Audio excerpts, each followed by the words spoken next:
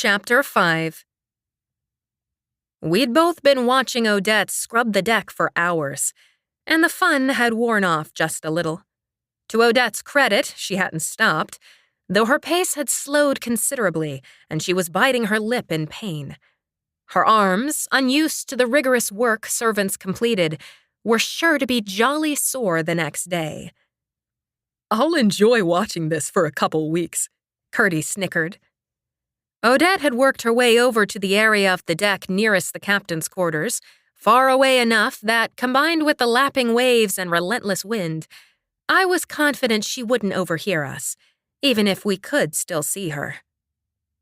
"You'll get even longer to enjoy the view. We have 2 months before the wedding," I reminded him. "The next ship won't even arrive in Haven Harbor for 2 weeks, remember?" Kurdy's puzzled expression was all the answer I needed, and I sighed in frustration. This first bit of time is for me to gain Korth's confidence. Then a message will arrive saying that there was an uprising, and that the king was overthrown and is in hiding. "They're going to stage the coup before they get reinforcements?" Kurdy asked, still confused. "I thought the point of this mission was to gain a war ally." "It is," I explained patiently, all while wondering if Kurdy ever listened during our midnight meetings. What could he have been doing instead?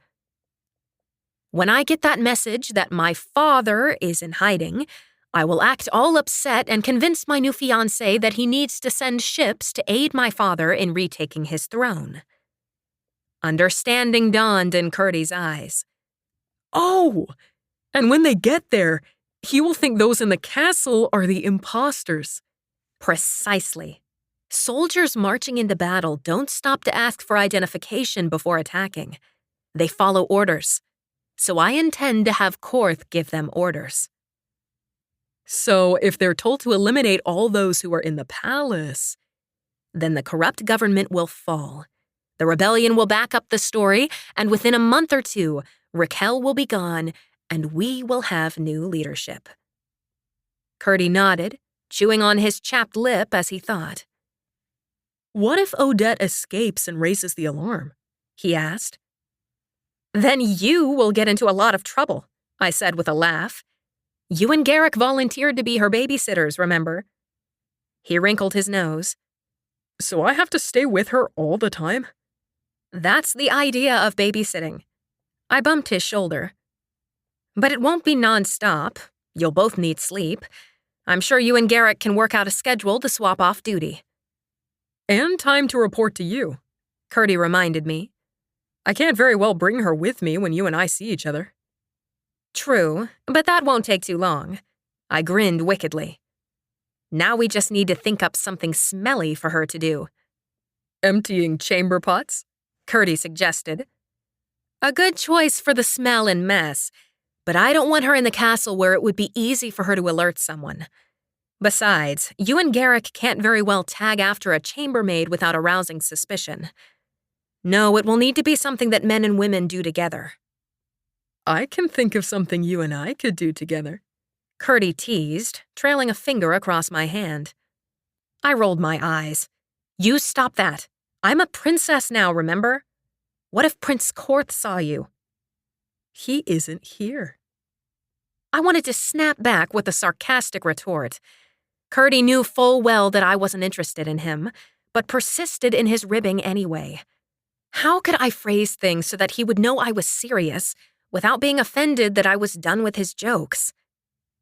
"We need to be practicing so our behavior won't make anyone suspect we're imposters," I finally said, taking a step away from Kurdy.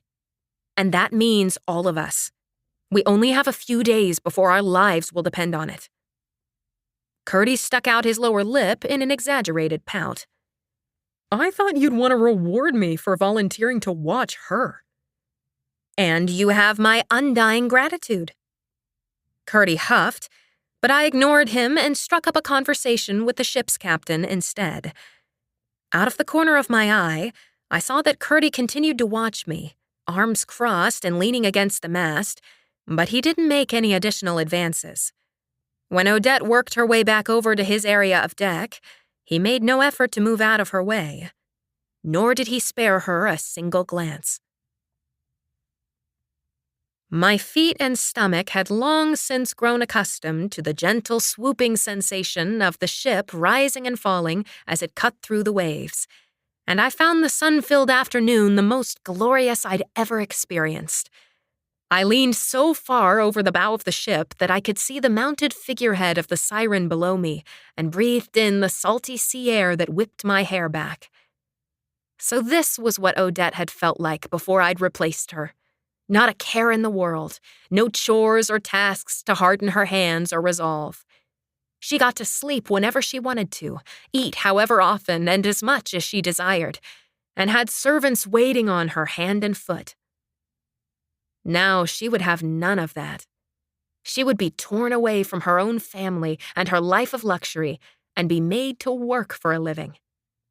What could I have her do? My first thought was some sort of stable hand. I quite liked the idea of having Odette muck out stalls, and she was at least slightly familiar with horses, having been given a plethora of riding lessons. But that also posed more of a risk than I was comfortable with. As a stable hand, it would be too easy for her to take a horse and escape, and stable hands were usually men anyway. No, I needed something for her to do that was smelly, tedious work that didn't give her any access to transportation. I shook my head. That was a problem to solve later, once we were in Haven Harbor and I knew what options were available. Right now, I wanted to bask in our first victory. The mutiny had been carried out to perfection.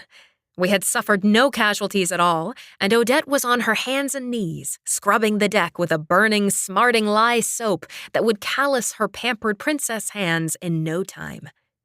I smirked at the sight of her. Other crewmen were tossing buckets of water over the deck where she had already scrubbed to wash away the grime, and the resulting splashing had soaked Odette to the skin. How long would it take of her scrubbing like that for her to really understand the difficulty of the life she had imposed on others?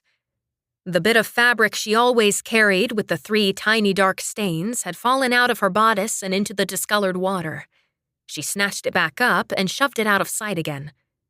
For the briefest of moments, we made eye contact.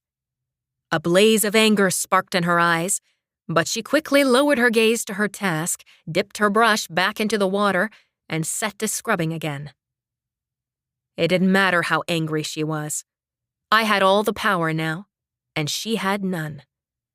I continued to watch her long after she looked away. Once I arrived in Haven Harbor, I might not get to see her forced into manual labor anymore. I would be too occupied with getting the prince to fall madly in love with me. I had to soak in the glorious vision while I could. If only I were better at painting, I would have captured that image and had it framed. The intensity of my vindictiveness was slightly unsettling. While I had carried out the marooning of the soldiers, I'd done so with a twinge of regret, wishing that there were a way to save them. I felt none of that remorse with Odette. I wanted to watch her struggle as she had forced countless others to struggle. Vengeance was sweet after so many years of oppression. The lash on my back from the week before throbbed in approval. At least I wasn't having Odette whipped. When Garrick brought over 2 hard sea biscuits and a strip of salted meat, he dangled the food wrapped in a handkerchief in front of Odette's nose. "A meal fit for your station." She glowered and after one sniff, didn't take the portion. "Your next meal won't be until dawn," he warned her. "And I have your new clothes. They're better suited for your work." He shoved one of the patched servant dresses at her. She took the scratchy brown fabric and held it up, eyes wide and mouth agape. "Aren't you lucky?" I piped up. "We're keeping you fed, clothed, and housed without charging you a single copper for it. What a glorious opportunity!" Odette ground her teeth together before wrenching her mouth open, but Garrick waggled a finger at her. You mustn't address the princess. She's above your station."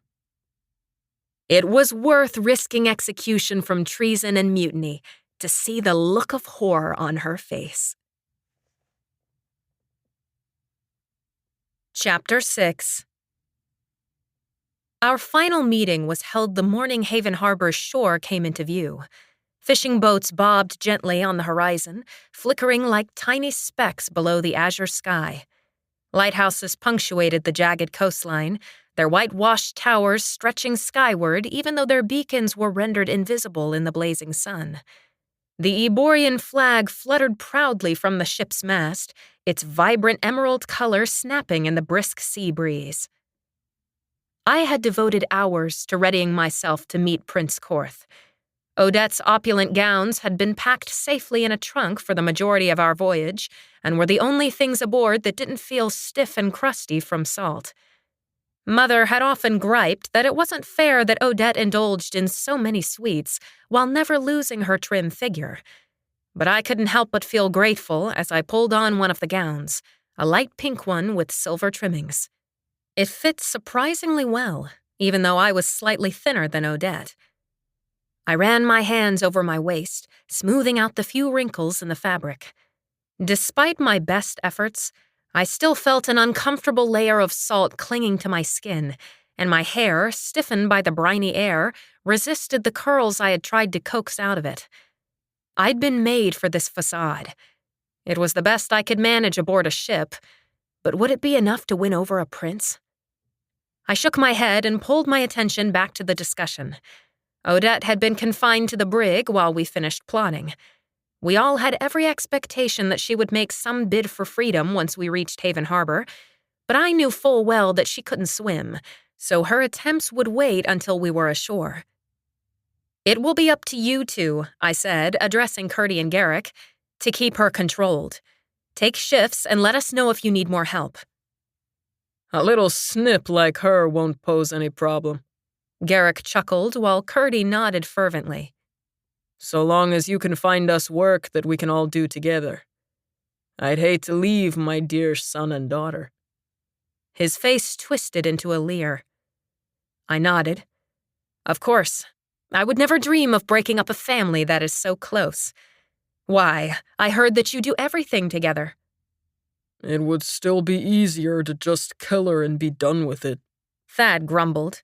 She's a good-for-nothing royal, after all. We still need her for questioning. I know most things as her handmaiden, but she did attend some functions without me. Curdy, you could even try cozying up to her. Let Garrick be the mean one. Curdy pulled a face. Gross. But if it makes you feel better, Thad, you can think of it as death being too quick of an end for her. She ought to live the way we have. Let her experience a few weeks of being hungry and overworked. It will be a good learning opportunity for her. All the men laughed, but the sound was cut short by a bugle sounding from shore. "They've seen us," I announced, drawing myself up proudly. "It's time." The closer we drew to the harbor, the more my heart rate increased and beads of perspiration that had nothing to do with the hot weather burst into existence on my forehead and palms. Everyone in the crew, clad in fine uniforms bearing the Eborian royal crest, shot glances my way. This entire façade teetered on a dangerous precipice, and I would be the determining factor as to which way it tipped. If Odette was allowed to speak before I made a good impression on the prince, there was still the chance he wouldn't believe our story. The captain clutched the documents bearing the official royal seal, but even those didn't feel like enough protection. The boat's prow cut through the water, slowing down as we drew into harbor. The sailors scrambled up and down the rigging, securing the sails and obeying whichever orders were barked at them. I tore my gaze away to search for the prince I needed to charm. A welcoming party was waiting for us on the dock. Right away, one of the men stood out from the others. This had to be Korth. He was taller than most and dressed in pristine, starched clothing that was finer than the guards all around him, who all wore the same navy uniforms. A young girl who shared his complexion and who was dressed just as finely bobbed by Korth's side, staring at the oncoming ship, then back up at the prince. My stomach clenched. In his letters, Korth occasionally spoke of a sister, but amid my nervousness, I couldn't recall her name right away. The moment the ship pulled into the harbor and had the gangplank lowered, Garrick trumpeted, "Introducing Her Royal Highness, Princess Odette of Ibora. Good luck, Curdy whispered as he bowed along with the other men. you look beautiful. Korth seemed to share Curdy's sentiment. He stared wide-eyed as I descended the gangplank as gracefully as I was able to, given that the ship still rose and fell gently with each wave that rolled into the harbor. Korth held his hand out to assist me the last few feet until I stepped onto the weathered wooden dock, the flowing satin gown billowing softly as the sea breeze tugged at the fabric and my hair. The constant swaying motion I'd become accustomed to over the last week seemed to persist even after my shoes touched the solid boardwalk. Maintaining balance suddenly demanded all my attention as my sea legs continued to react to the phantom waves seemingly rocking the ground beneath my feet. Welcome to Haven Harbor, the prince said, bowing low to stiffly press his lips against the back of my hand. I'm Prince Korth, and this is my younger sister, Princess Tess. The pleasure is all mine, I said, bestowing the sort of confident smile that caught the attention of any man with eyes. I've eagerly anticipated our reunion ever since parting all those years ago. I've treasured each of our correspondences since then. I smiled at Tess, glad Korth had mentioned her name, and she beamed back, her cheeks lifting until her eyes became tiny crescents. He thinks you're pretty. Korth's face lit up like a red beacon. Tess! He choked out. Tess leaned toward me conspiratorially. He told everyone that he didn't care if you were pretty or not, but he does. I think you're pretty, and I know he does too. I can tell. Thank you very much, I told her. Then I smiled at her, ensuring my dimples were visible to Korth. If we're all telling secrets, I think your brother's very handsome. Tess giggled and pressed her fingers over her mouth, while Korth's face darkened to maroon. After quickly welcoming the rest of the crew to Haven Harbor, Korth offered me his elbow and escorted me farther up the beach, where the ground changed from soft sand to swaying grass, then to compacted earthen roads.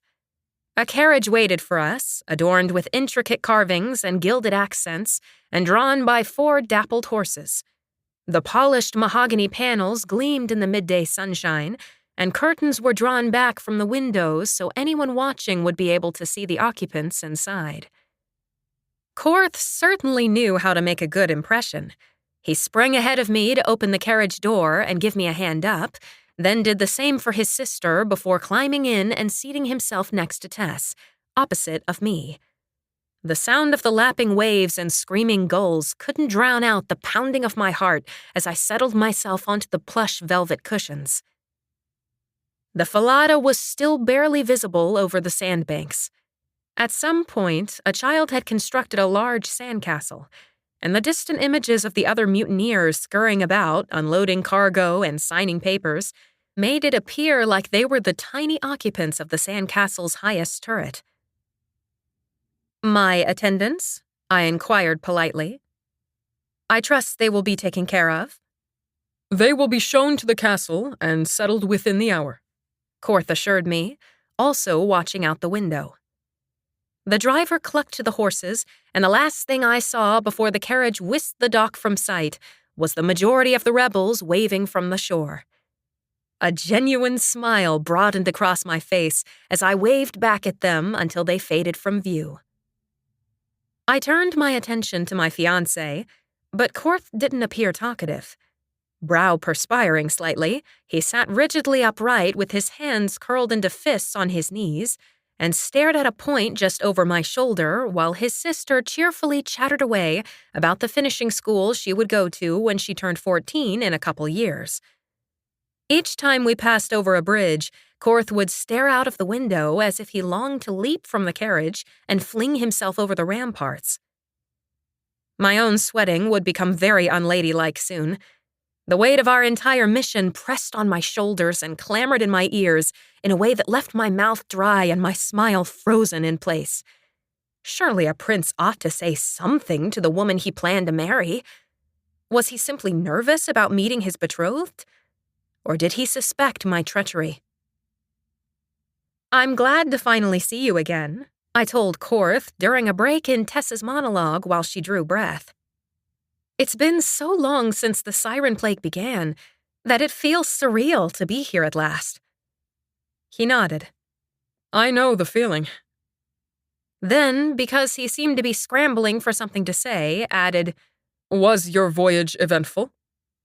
In a voice just as stiff as his posture.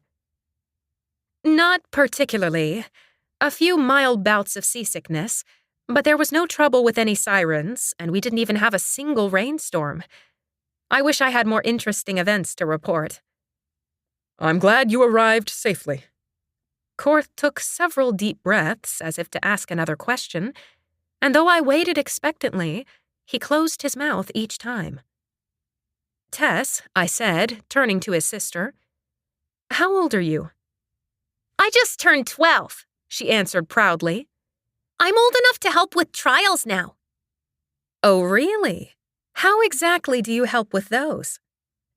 As Tess eagerly told me all about the duties assigned to the royal family's representative at each major criminal trial, Korth discreetly slipped a piece of paper from his pocket and examined it, unsuccessfully trying to hide it between his large hands before replacing it again. When Tess drew a breath, Korth asked in a rush, Odette, what are your hobbies? It has been some time since you mentioned them in a letter. Sewing, dancing, playing the harp, and taking long walks, I said, listing off several of the pastimes that Odette's tutors encouraged her to pursue. Good, good. Korth fell silent again and stared out as the carriage trundled over a bridge spanning a river. Tess jumped back in again, clearly used to her brother's poor conversational skills, and made up the difference. As Tess continued her monologue recounting several trials she had attended to watch her mother or brother oversee, Korth slipped the paper back out of his pocket and glanced at it, his eyes skating back and forth. What's your favorite food? He asked, returning the paper to his pocket. My favorite is yams with tapa rolls, Tess piped up. It's even better with a glazed dip. I asked Odette. Korth gently reminded her, turning his attention back to me. Sugared figs, I said. Then, because I couldn't immediately recall any of Odette's other favorite dishes, added one of my own. And clam stew. We don't have many figs on our island, Korth said slowly, then brightened and added, but we have plenty of clams. I'll have the cook serve them every day. I was about to say that there was no need to go to any trouble when I remembered that I wasn't Dahlia anymore. I was Odette, and Odette would demand special treatment. Although, if I wanted Korth to fall in love with me as Odette, I would need to be a tolerable person. That is extremely generous of you. I appreciate your consideration and look forward to trying some of your local cuisine as well. Korth's mouth remained in a firm line, but he inclined his head, which I took to be a good sign. You need to try the tapa rolls, Tess chirped. We'll have to have some at the feast when your brother and I get married. How does that sound? Good. When will you get married? In 2 months, Korth interjected. But it can be extended if needs be. I don't want her to feel rushed. It isn't like I haven't waited for years already and written to you as often as possible, I quipped, my mouth twitching. I feel like I already know you very well. Tess laughed. I think Korth is the one who doesn't want to rush. He never hurries. I winked at her. Then we won't rush him. If Korth was too shy to accept my flirtations, the next best thing was becoming friends with his sister. Sisters have a way of convincing their brothers, which would come in very handy for me. Chapter 7. The chambers I was assigned were spacious and well-decorated, but not nearly as lavishly as Odette's had been back in Ibora. The balcony opened onto a majestic view of the waves in the distance, with vividly green palm trees waving in the wind between the castle and the beach. Ship masts broke up the flat line of the reflective ocean meeting the sky. An ornate bed frame filled the majority of the sleeping chamber, with depictions of oceanic creatures carved into the four posters, and pink lilies overflowed the delicate crystal vase sitting on the bedside table. Their fragrant scent mingled with the salty tang of the breeze that made the thin blue curtains sway and dance about, looking just as much a part of the ocean as the view beyond the castle's grounds. "Your things, my lady." One of the handmaidens waved in several footmen, all laden down with Odette's trunks, which were deposited in the antechamber.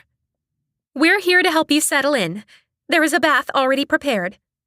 My deepest gratitude, I gushed with a gracious smile, determined to win favors and influence rather than replicate Odette's personality. I sincerely appreciate your efforts to make me feel at home here, especially since my own handmaiden was unable to make the voyage.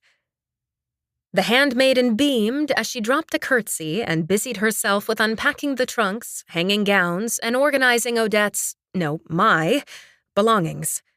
I allowed myself a brief moment to imagine Odette's arrival at whatever servants' quarters she was to be assigned. How I hoped her bedding would be filled with mice or mold. Her shrill, squealing voice echoed inside my head, panicked over what commoners regularly endured. And I didn't think I would ever hear a better sound than the one I dreamed up. The bath that followed my arrival was the longest and most luxurious I'd ever taken in my life.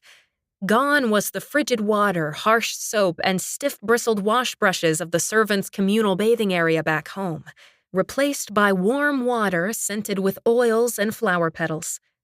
By the time I emerged from the bath, I had not only scrubbed away the salt from my voyage and any residual dirt that had settled on me from the last hour of traveling, but also my lowly status, and any possible reservations about the mission ahead of me. No such luxuries should ever be afforded to royalty, while commoners starved and were abused. We were all human and deserved equal treatment. This royal family was no different than Raquel and Odette, profiting off the backs of servants and the working class while doing nothing but taking long bubble baths as I'd just done. I stared at the reflection in my mirror as a handmaiden dried and styled my hair. Odette's gowns fit as if they'd been made for me, but the silk felt odd against my skin. Perhaps it was the combination of the fine fabric against my freshly washed body, but it felt so foreign to me that I couldn't get used to the slippery sensation. "Odette?" Tess popped her head into my chambers, then let her jaw drop comically. "You look so pretty." She bounced over and sat next to me on a stool. "Gerda, you did a good job on her hair." "You're always a shameless flatterer, Your Highness," Gerda said, failing to hide her pleased smile. I observed their interaction with interest, wondering if Odette had ever offered any servant a compliment. "Korth says that the truth must never be hidden," Tess stated brightly. "Oh, that reminds me. Korth wanted to take you on a walk and ask you about the lodging preferences of some of the attendants who came with you." She fiddled with the various powders and creams set on the vanity, occasionally lifting one to examine or pat on her cheeks. "He's waiting to take you on a stroll around the lake before dinner." I tilted my chin up as Gerda applied stain to my lips. Once she was done, I turned to Tess. "When you say he's waiting..." "He's outside your door right now," Tess informed me, closing one eye while she held my empty water glass up to her opened eye. "If you do this, you'll feel like a pirate. Did you see any pirates on your trip here? I was going to meet one last year, but Mama said I wasn't allowed." "I can't keep him waiting." I began to rise to meet Korth, but Tess blinked at me, lowering the glass. "You don't need to hurry. Korth said he doesn't mind waiting for you as long as you need." "That doesn't mean I should make him wait longer than is necessary." Tess's eyes were wide and dark as she stared at me. "My brother never says anything he doesn't mean. If he says he doesn't mind waiting, then he doesn't mind waiting." Gerda finished making me presentable in no time at all. Tess bounded ahead of me and pulled the door open herself. "Korth!" she chirruped. "Odette is ready and she looks pretty." She stretched out the last word in a sing-song manner. Korth's eyes widened when I emerged, and he hastened to offer me his elbow. Beneath my fingers, his arm was just as stiff as his posture. It rather felt like holding onto a statue instead of a living, breathing man. "Goodbye!" Tess trilled and skipped away down the hall, leaving us nearly alone. 30 paces back, a manservant followed us, discreetly keeping his distance so he was out of earshot, but still able to see us clearly. "Your sister is a little ball of sunshine." She's very animated, Korth agreed as he held the door open for me. His face remained rigid, but his tone softened. Are your lodgings satisfactory? They're perfect, just right for after a long voyage. Your attendants have been given accommodations in the barracks or the servants' quarters, but one father and his adult children requested special living quarters so they could stay together. Did you have anything in particular in mind for them? Oh, yes. One of my guards has his son and daughter with him. I had intended to ask you if there were any open positions for families. Maybe something with livestock, though the girl has a fear of horses. It's tragic, really. Their mother was taken by the sirens, and the daughter began having hallucinations and hearing voices.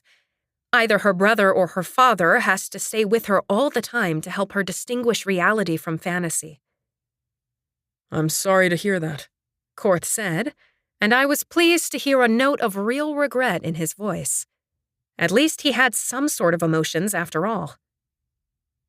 She sometimes thinks she is someone she's not, or doesn't remember who her family members are.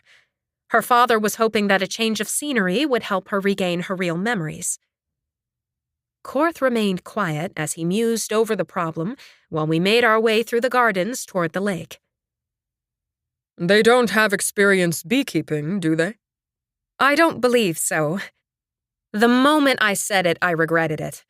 I could have had Odette stung by bees over and over and had missed the opportunity, though I suppose that would have meant Garrick and Curdy would endure the torture as well. He nodded. We have enough gardeners, but I suppose we could find something. Our head housekeeper, Merida, would know better than I would. They aren't afraid of hard work, I hinted. The girl's mind wanders most when she doesn't have enough to do.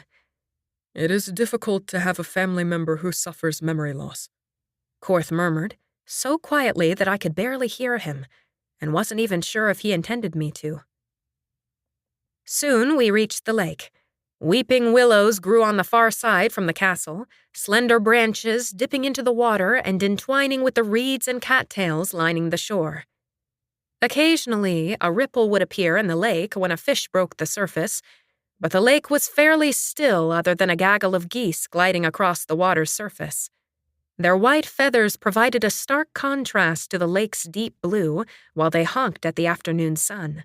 Their slender necks stretched out as they called. Would they be interested in tending the geese? Korth asked.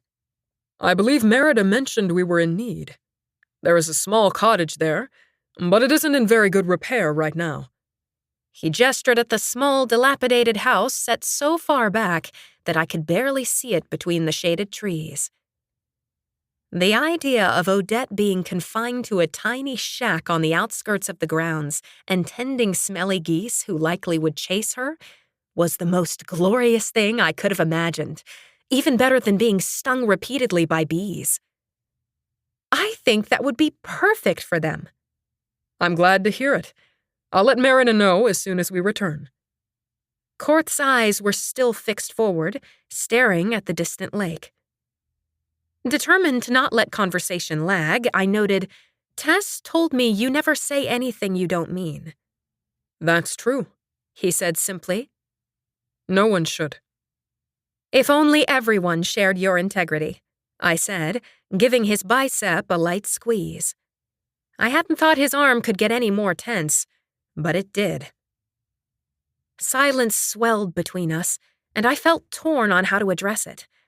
I was doing my utmost to coax conversation out of him, but Korth seemed determined to give as few words as possible. How was I supposed to convince this man to fall in love with me when I could barely get him to say a few words at a time?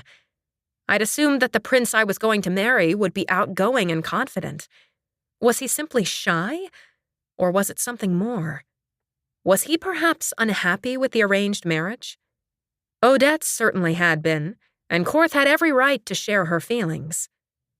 My stomach churned as the knowledge that the falsified letter would be arriving in 2 weeks suddenly felt like a looming deadline. Declan would be setting sail with it soon. "You've been very quiet since my arrival," I told Korth. His eyes flicked over to me, but he didn't respond. "I understand if my coming here interfered with another relationship you might have developed during my absence." Korth's face reddened and he spluttered, "No, I never would have. We've been betrothed since childhood. I wouldn't betray your trust." Then the coloring in his face drained away just as rapidly as it had reddened. "You said you would understand. Have you, All of his princely dignity had evaporated, and he barely managed to whisper, seen other people?" "Of course not. We're engaged. I just wondered why you aren't talking to me." Finally, a measure of tension left his body. After walking a few more paces, Korth once again snuck the slip of paper out of his pocket. As his eyes dropped down to examine it, I spoke up. "Why do you carry that?" Korth jumped and shoved the paper out of sight. It's just notes." "Questions to ask me in case you run out of things to say?" I asked slyly, unable to restrain myself from a tiny bit of teasing. He flushed and slowly withdrew the paper. "You can look if you want." Curious, I took it and smoothed it out the best I could. There, in the neatest handwriting I'd ever seen, was a list of questions. From simple queries about favorite foods and hobbies at the top of the list, right down to more serious ones like my comfort level in participating in drafting laws and how many children I wanted. "This is a very thorough list," I told him, genuinely impressed at his attention to detail. It must have been comprised of nearly 50 questions. "But I must ask, why the need for it? We're engaged to be married. You can ask me anything at any time." A thick vein in Korth's neck throbbed. "I wanted to be prepared in case I got nervous. I've never been in a relationship like this before." "What sort of relationship do you mean?" I blinked, feigning ignorance just to see him squirm. A romantic one." Korth mumbled the words, his face looking hot enough to fry an egg. "Ah, yes. I'm very much looking forward to that aspect of our relationship." I shot a glance behind us at the manservant, who still shadowed us like some dog from the streets after someone gave him a morsel of food. The middle-aged man even looked somewhat like an old hunting dog, with a broad and bulbous nose and ears that seemed to hang halfway to his shoulders.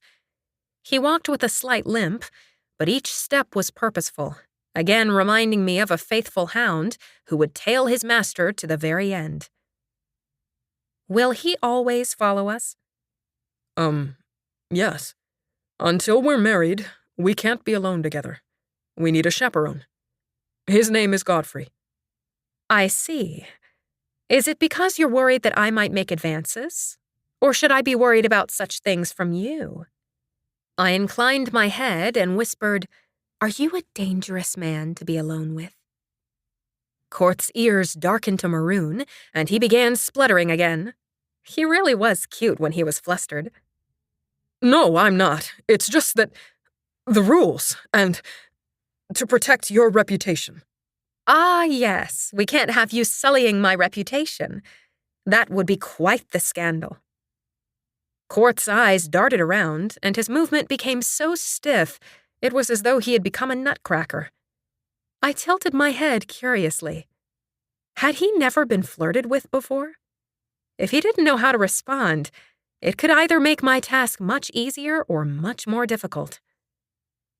"To answer some of your questions," I began, delicately waving his paper as I elected to ease his discomfort. My favorite childhood memory is swimming in the oceans before the sirens came.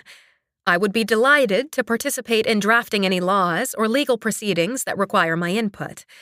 As your wife, I anticipate contributing politically and will honor my commitments with as much dedication as I can. I sing alto and play the harp, though I prefer to listen rather than perform. And I'd like 3 children. I folded the paper and handed it back to him. You can surprise me with which ones you ask next, and I will welcome them all. Also, it wasn't one of your questions, but I preferred natural conversation. Some of the redness had faded from Korth's neck and ears, and his arm relaxed beneath my fingers as I looped my arm into the crook of his elbow again. I can't think of any other questions right now, he admitted. The geese waddled onto land, stretching their necks out and flapping their wings as they honked. Korth adjusted us so that he was between the birds and me. They aren't always the friendliest, he explained apologetically. We can't seem to keep a good goose herd. They always quit and say that it's too smelly and messy. I hope the family is prepared. Servants are allowed to quit? I asked in astonishment. If only the castle servants in Ebora had such freedom. Of course. Employment is voluntary, not mandatory. I chewed on my tongue, digesting his use of the word employment. You pay all of your servants? Korth's eyebrows furrowed in confusion. Naturally. Do you not? Not always, I noted, surprised by the look of shock on Korth's face. Many work in exchange for housing and food and nothing more. His arm tightened under my arm once more. I must voice my strongest objection to such laws. They will never be allowed here, and I cannot condone such behavior. If you expect such treatment of the servants here, I would hesitate to move forward with— I'm working to get that changed, I told him quickly. It was more truthful than Korth could ever know.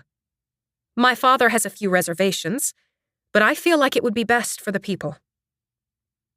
Korth's chin stayed perfectly parallel to the ground, a model of rigidity once more. His brows stayed knotted. Panic fluttered in my stomach. If Odette had come as planned, it very well may have been that Korth would have broken their betrothal and sent her packing. But I couldn't allow that to happen. Not now. We needed his army. You know, I said with a winning smile, this was one of the reasons I was so eager for our union. I wish to adopt more of your practices in our kingdom. Oh. Korth cleared his throat and fell silent. I couldn't tell if he was struggling to find words or was done with the topic. I see. My turn to ask you a question. For the rest of the walk, I did my best to get Korth to open up to me, but with little success.